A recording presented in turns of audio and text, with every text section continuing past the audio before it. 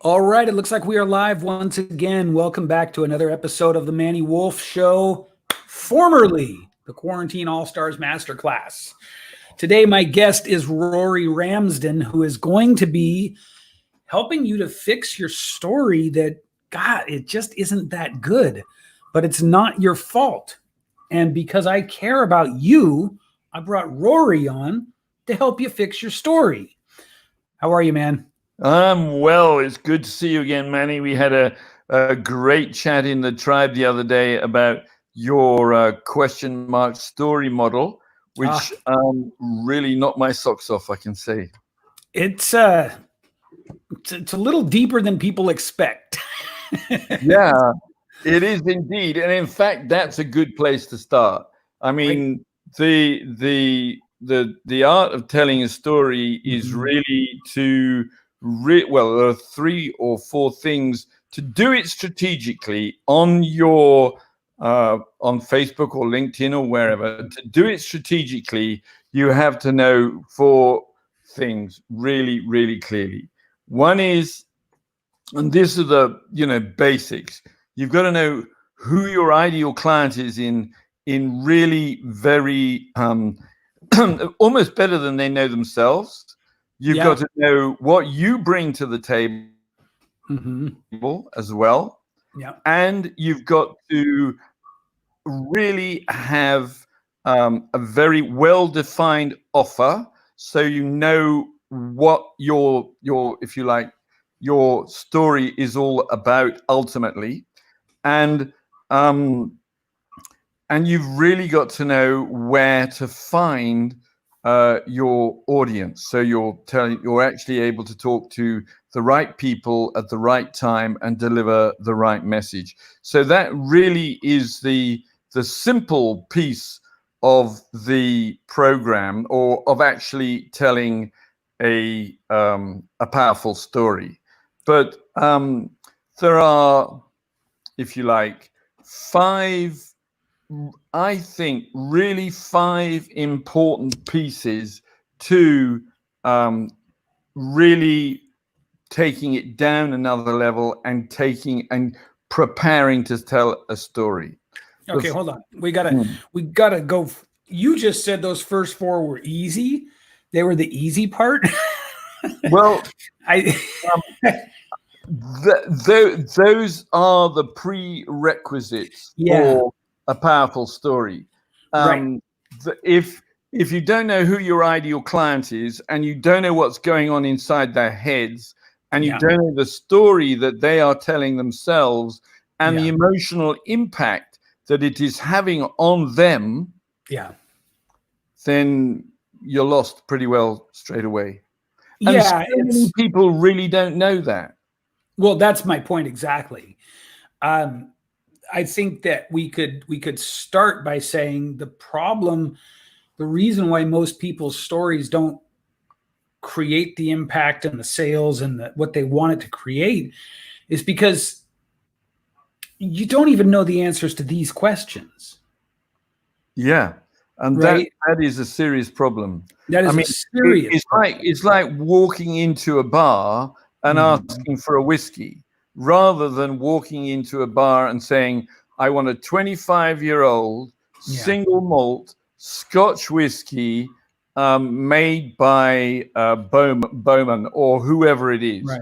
You've got to be really specific about who your ideal client is. And it takes time.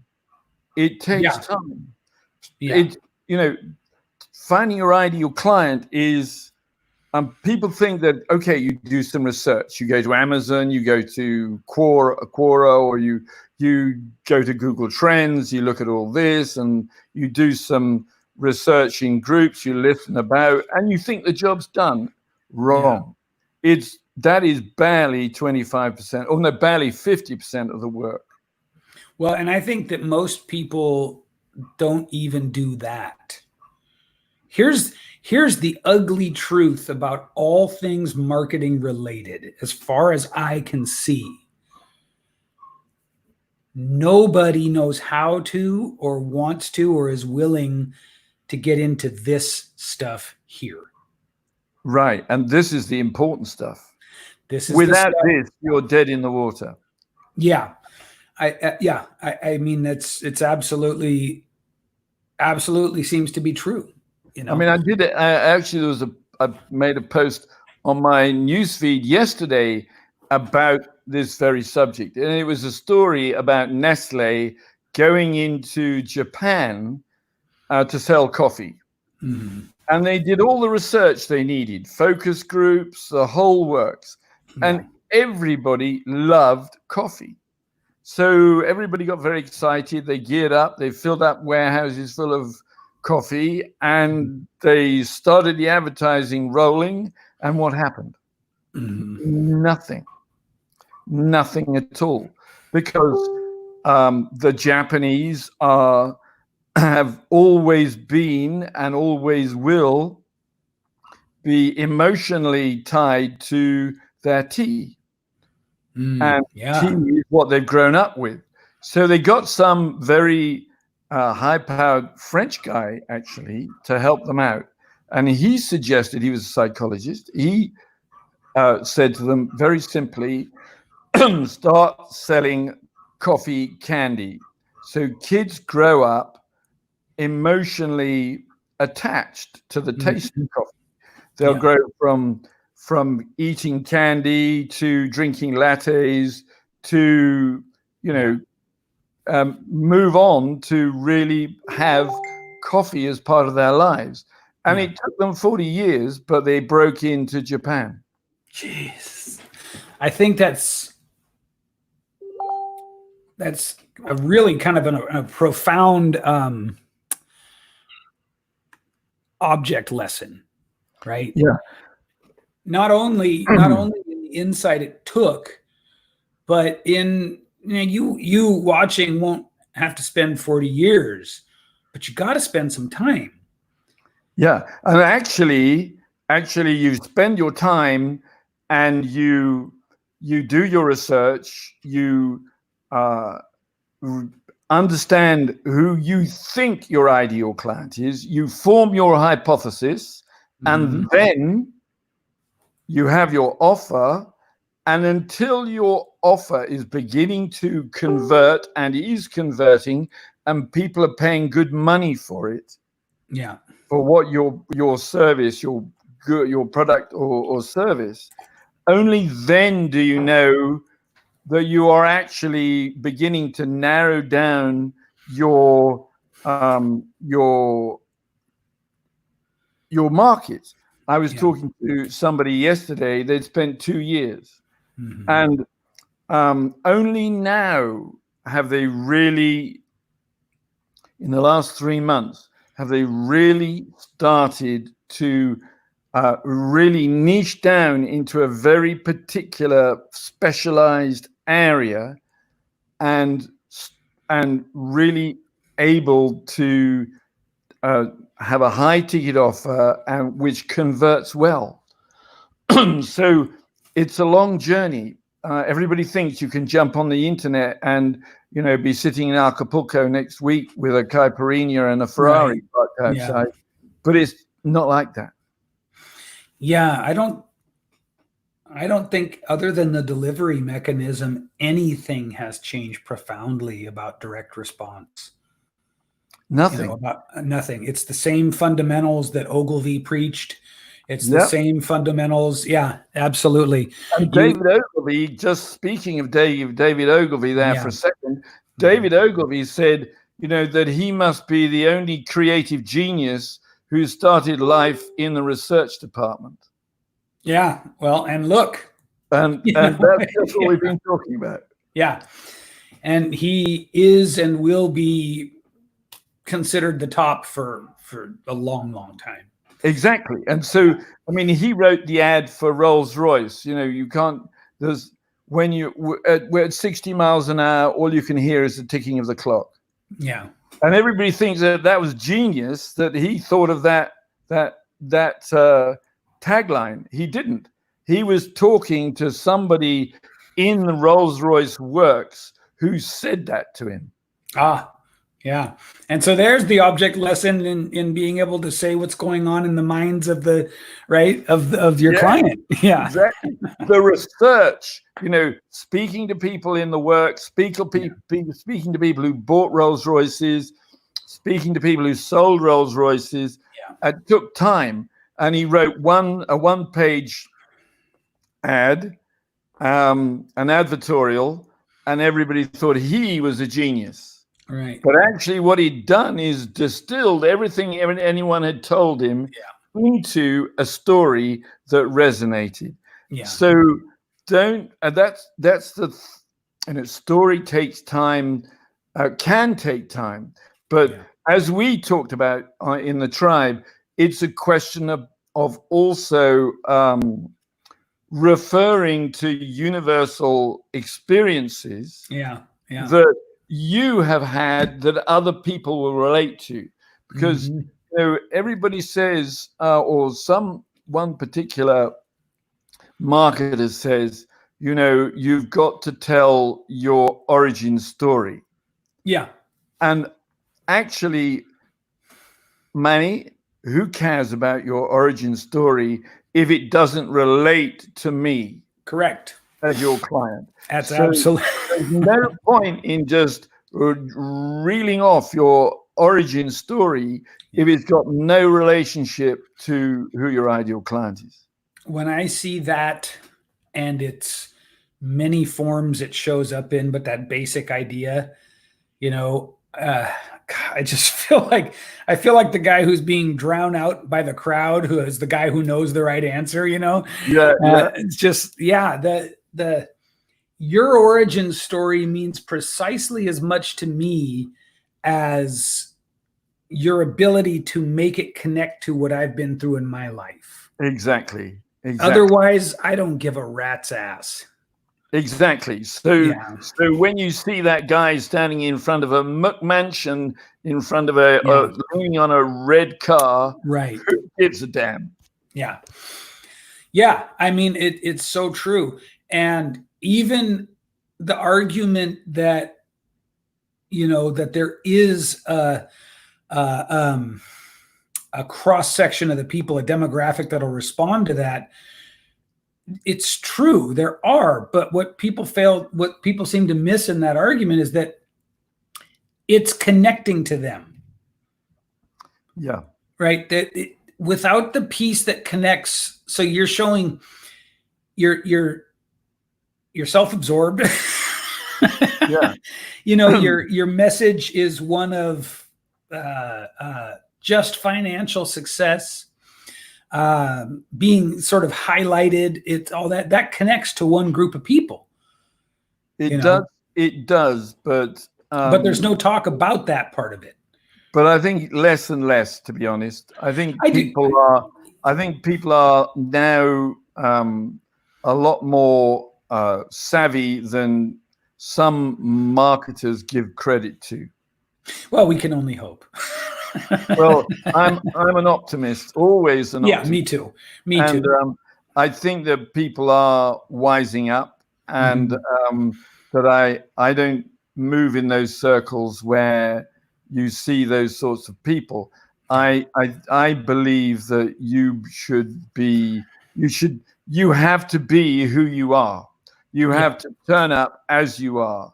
You have to be vulnerable and show that you are just as likely to make some dumb mistake as anybody else. I mean, everybody forgets. They see George Clooney in some movie, and everybody thinks he's a genius. But everybody forgets the other 89 takes that they had to make to get that one shot perfect.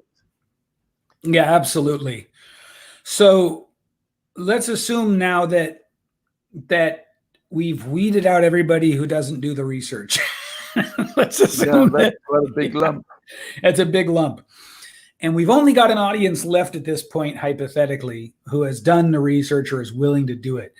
Now talk to me about how we write a story that effectively, or craft a story that effectively accomplishes what we're after.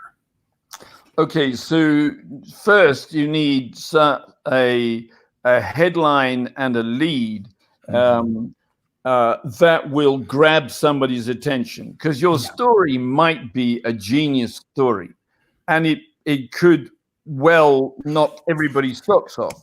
But if the hook is not gonna stop the scroll, or not gonna stop people from bouncing out of your blog post, then your history without having had a chance to tell your story.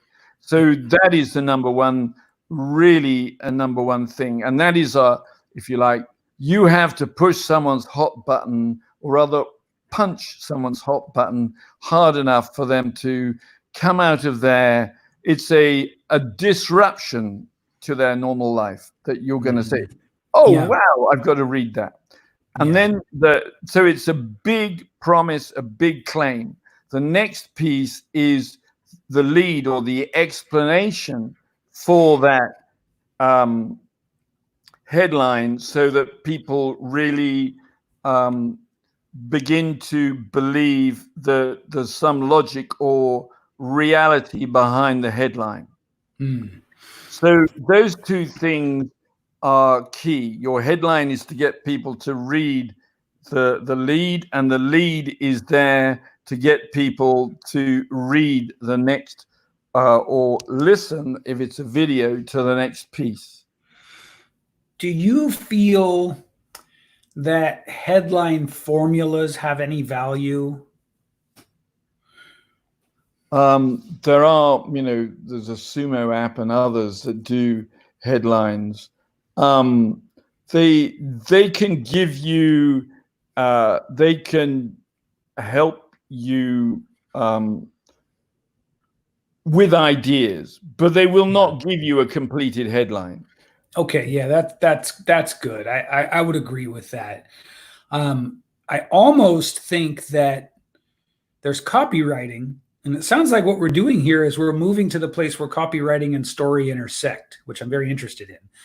But it's almost, writing a headline is almost its own skill, independent of copywriting. You know what I mean? It is. Yeah. They pay in the national media. They pay people a lot of money to come up with headlines, as they should. Yeah, exactly. But really, you can't write a good headline without knowing your audience. Yeah. And that is I'm reminded of, I assume that you probably watched the series Mad Men. Yeah, a bit of it, certainly. Yeah. And the series taken as a whole, that's okay. But the way they captured the genius of the main character at what he did was jaw-dropping. And I remember the Hilton campaign that he came up with, right? Because the goal was that Conrad Hilton wanted something that could apply across a global community of Hilton hotels. Yeah, global audience. That's hard. Yeah, isn't it? but to English-speaking people, right? So that if you're an English-speaking person, you can feel safe, secure, and comfortable anywhere in the world. And so you're comfortable. Yeah. Yeah. And so, but the campaign they came up with was genius. Like, how do you say hamburger in Italian? Hilton. How do you say, right? Yeah. And they did one of these for every country. I thought that was some of the most effective headline writing I had ever seen. Yeah, I mean, very, very, very clever. Yeah. But as always, the age-old more was, I spend. I know that 50% of my advertising works. I just don't know which 50%. Right. Those were the days. Now, at least, when you're advertising, you can tell what's working and what isn't, and you can do that fairly quickly. But the point is that you've got to understand where your ideal client is on their journey. Yeah.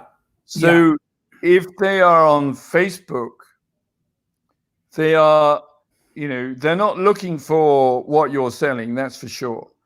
So you're by necessity, it's the furthest away you can possibly get to making a sale.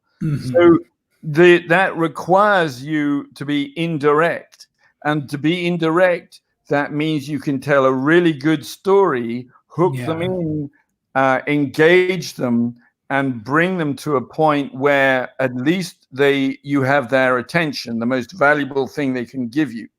As Gary Vee says, and I agree with, attention is currency.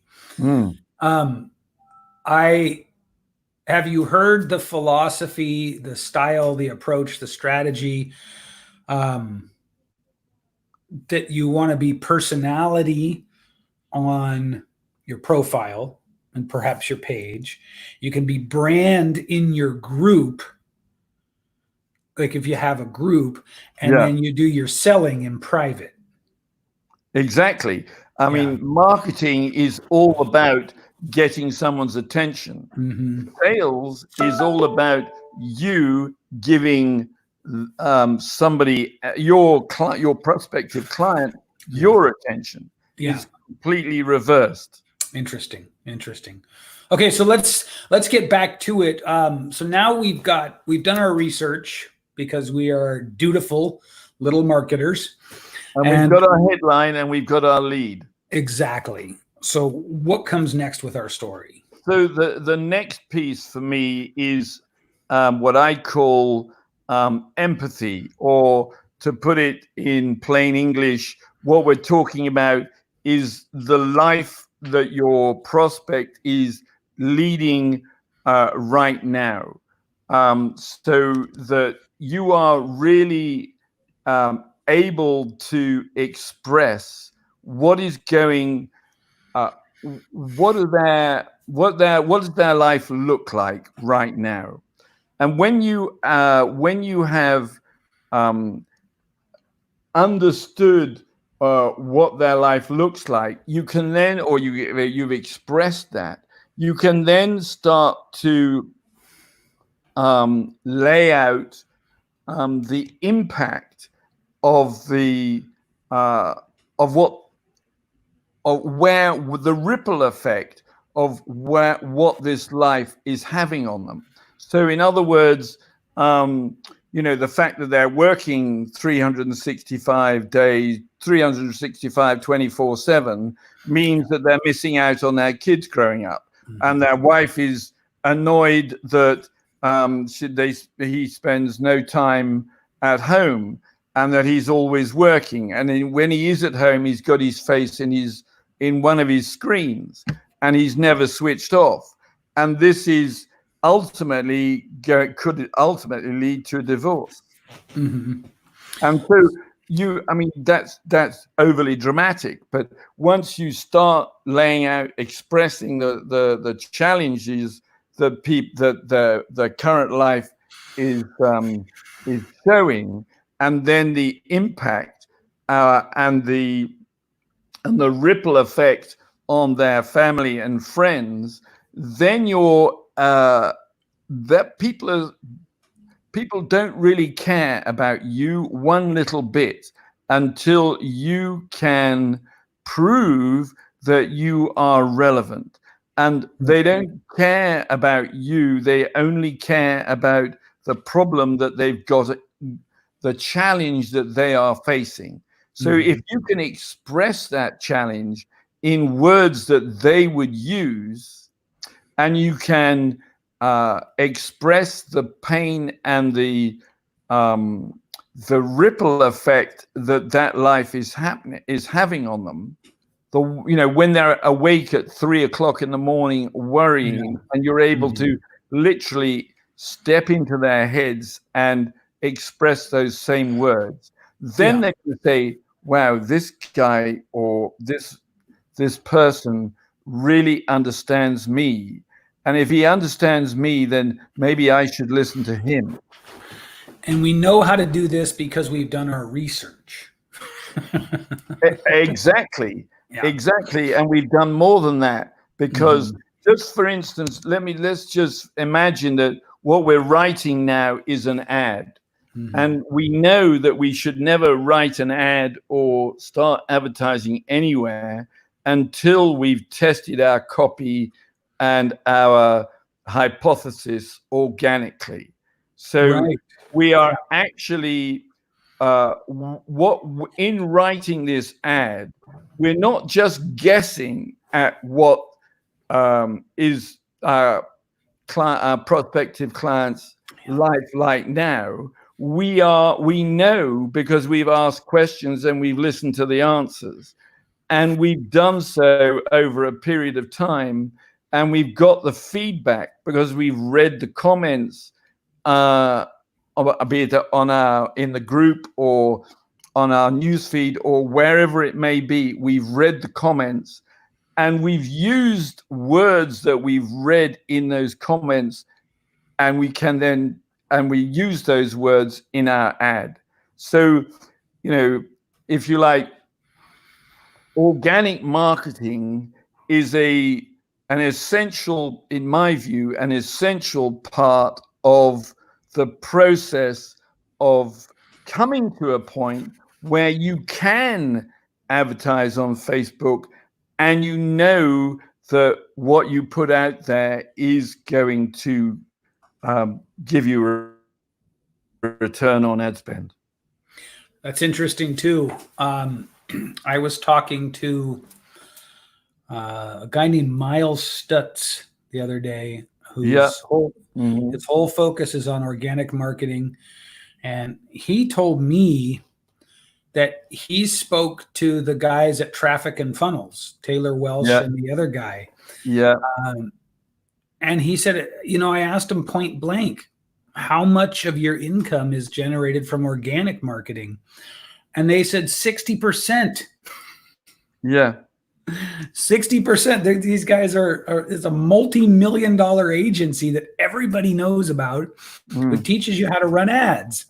Well, the most effective part, the most effective way of doing it in my opinion, is to integrate and I'm sure Traffic and Funnels are doing this, they're integrating their organic campaigns with their paid campaigns, and the one is leveraging the other.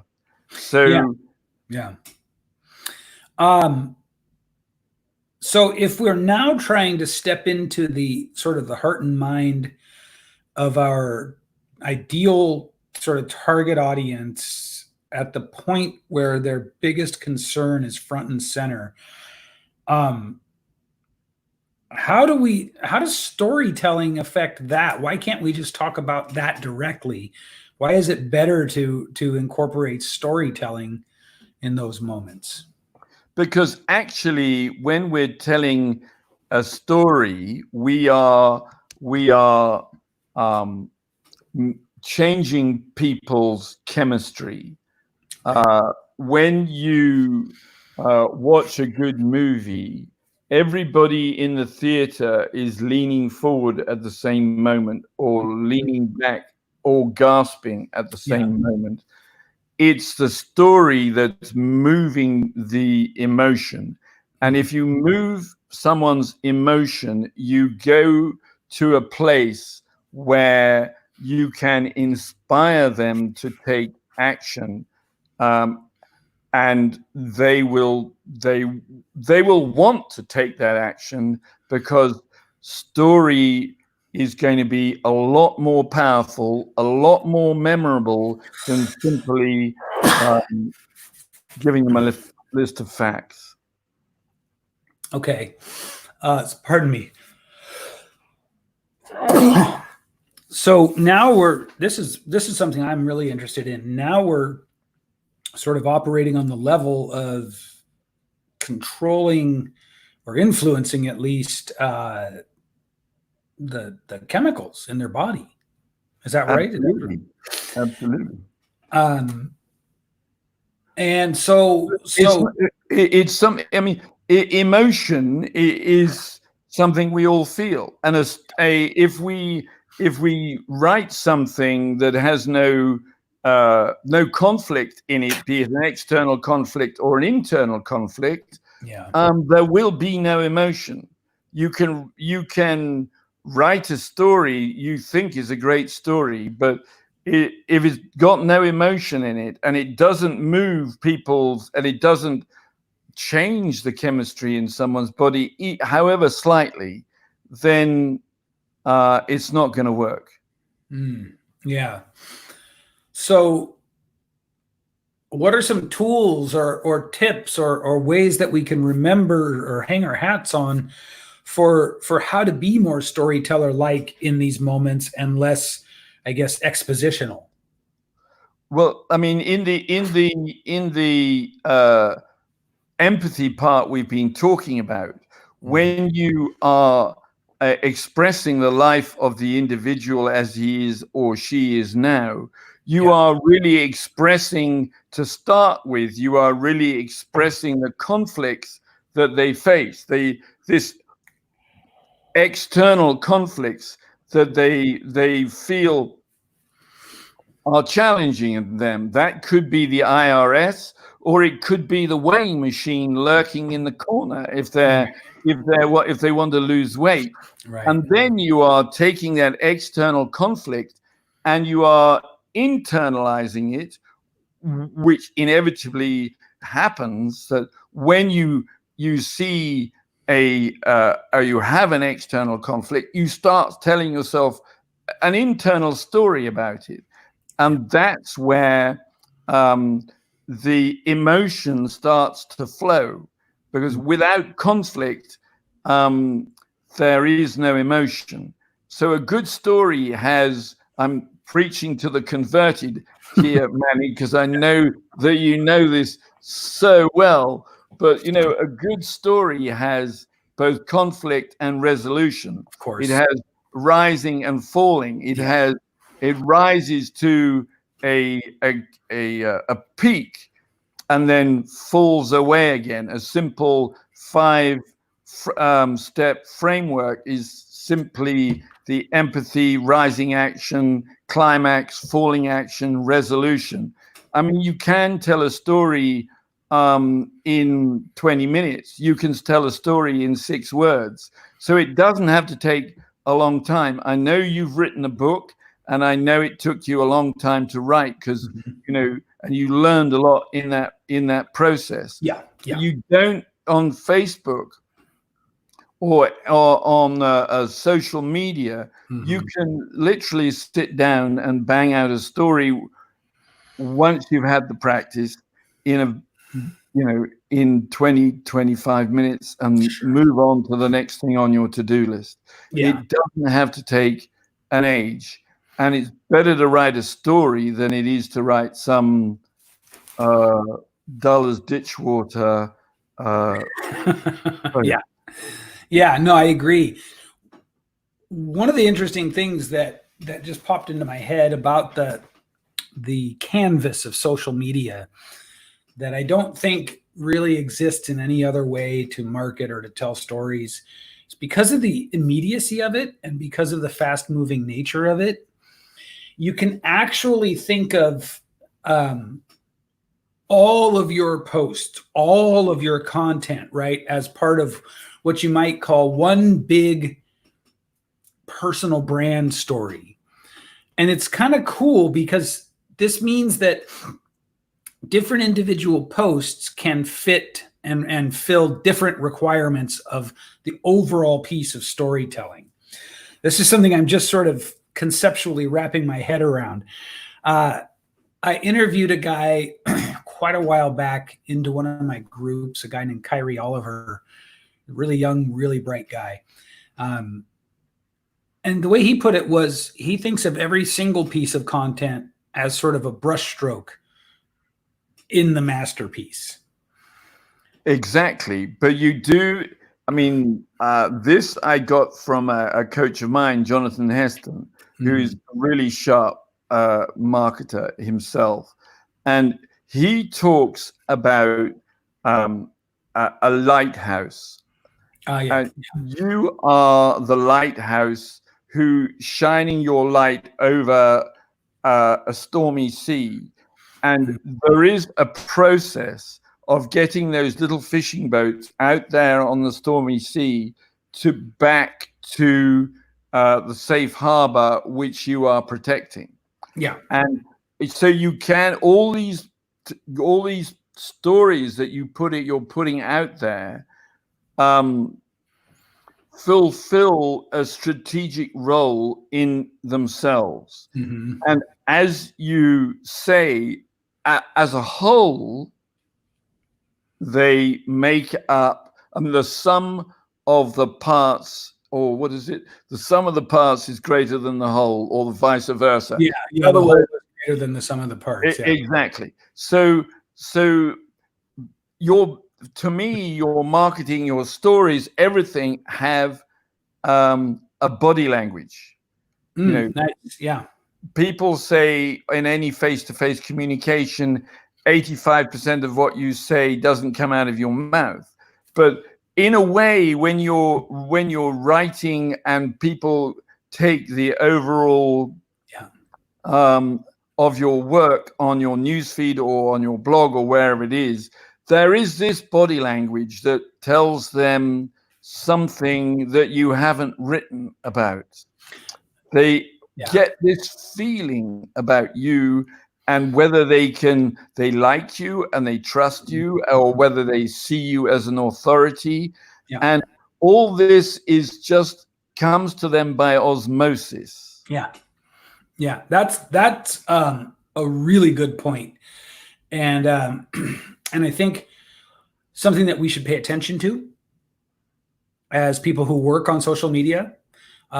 It's something that absolutely happens, and I think that it's something it's unique, right, to the sort of fast-moving nature of social media. Because I might see 3, 4, or 5 different thoughts from you in one given day.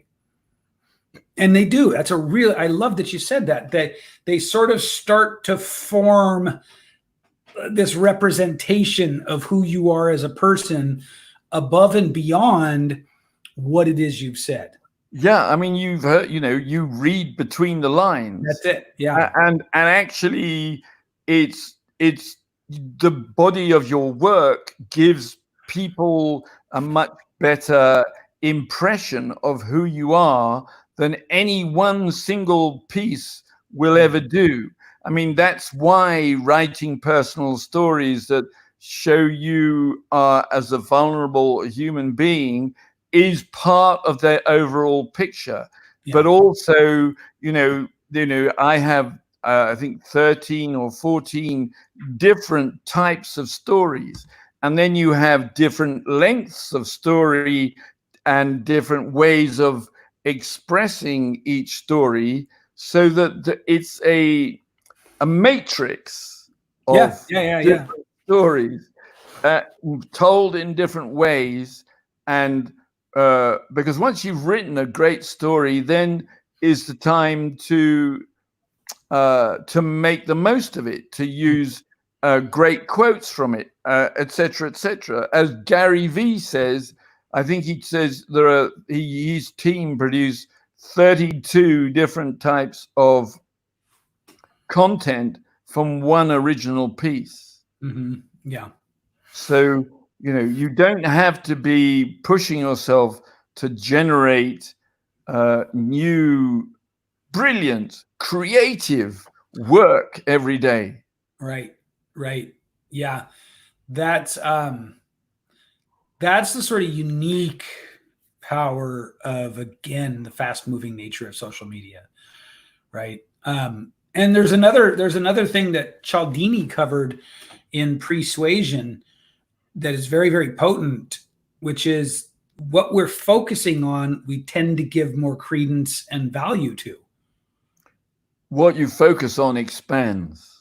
What you focus on expands, but what I mean is that if we've got guy over here A who has a great product and service, and guy over here B who has a great product and service, The one who's front and center in our consciousness more is the one we're going to automatically ascribe more greatness. We're going to trust him more. We're going to like him more. We're going to assume just by virtue of looking at him more that he's better. Absolutely. I mean, that is branding, isn't it? That is what branding. Coca-Cola do. But they do it on billboards. But you can, as a small entrepreneur, businessman with a small team of people, you start by using organic traffic and by creating posts and putting them on your newsfeed and whatever. But then when you get to a certain point and you've got the income coming in, you start to advertise. Then you can start to automate the way that people in your audiences see you. So you can show them a different post every day for a month or 6 weeks or 60 days. So they are seeing you in their newsfeed. And by the way, it doesn't matter whether they engage with you. That's true too. It doesn't matter whether they like or comment. What it matters is that they see you. Yeah. Everybody talks about engagement on their posts. And I agree, engagement is important. But just because you've got 300 likes and 500 comments on a post doesn't mean to say you're going to get a new client from it. Right. Don't lose sight of the fact you're in business and you're there to get clients. Yeah, well said. I think if we've done one thing here today, we have really illustrated how nuanced this process is. And this is why so many people are so bad at it. I mean, without meaning to poke anybody in the eye with a sharp stick, it looks as though it's a very simple process, but in fact, it's not. And so since I'm coming up to time here, what I want to do is direct people to you for more. So what's the best place for people to find? To do is to go to find me on Facebook, just simply Rory Ramsden. The guy with the bowling ball head, quite obvious to easy to find. And then you can find me. I've got a group called the Story Marketing Tribe, and we're actually I'm leading what I call a 14-day story quest starting on June the 8th. So I'd love to have you on that. But just to go back to your point for a second about the nuanced part of the whole process of reaching out. What people have forgotten is it is social media. That means you are there to engage with other people. You are not there to take. You are there equally to give as well. So if you can go away with one thing from what we've been talking about, I would say this: spend at least half an hour a day engaging with people who are who are possibly your clients. And you can find them, if you're doing organic marketing, you can find them quite simply on your friends list. Perfect. Go find Rory for more of this. Go find Rory for more of this. It's been a pleasure to have you on, my friend. Good to see you again. Thank you for taking the time today. And really, I feel like really pulling the curtain back and not mincing words about anything. I appreciate that. Yeah, well, that's my style. Yes. What you see is what you get. Perfect. Thank you so much. Okay, bye-bye.